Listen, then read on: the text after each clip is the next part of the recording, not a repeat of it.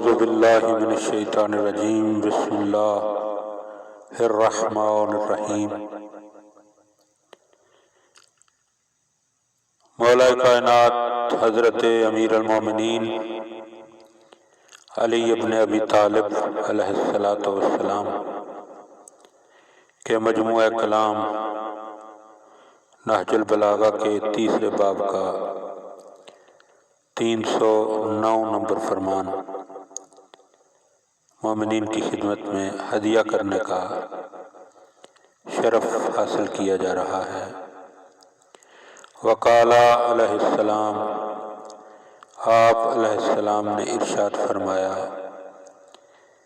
اتقوا ظنون المؤمنین،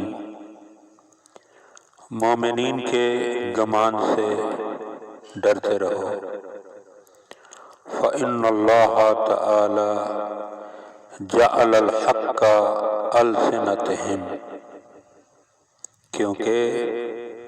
خداوند عالم نے حق کو ان کی زبانوں پر قرار دیا ہے۔ تو مولا کا یہ فرمان ہمیں بہت ساری چیزوں کی طرف متوجہ کر رہا ہے کہ انسان کبھی بھی مومنین کے حوالے سے بدگمانی اختیار نہ کرے، کیونکہ کچھ گمان جو ہوتے ہیں وہ گناہ کے زمرے میں آتے ہیں،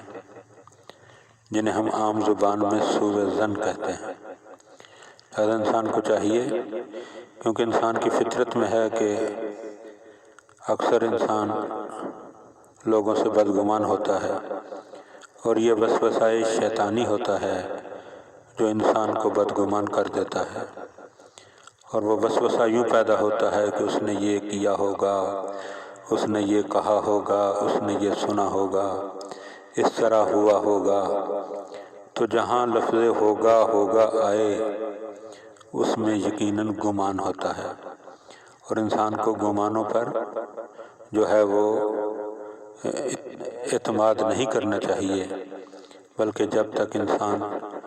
یقین کی منزل تک نہ پہنچ جائے تب تک انسان کو کسی بھی حوالے سے اعتماد نہیں کرنا چاہیے، بلکہ محتاط رہنا چاہیے، کیونکہ محتاط انسان ہی دنیا میں بھی سرخرو ہوتا ہے اور آخرت میں بھی ایسا ہی انسان سرخرو ہوا کرتا ہے۔ دعا ہے کہ خداوند عالم ہم ان باتوں کو سمجھنے اور ان پر عمل کرنے کی توفیق عطا فرمائے۔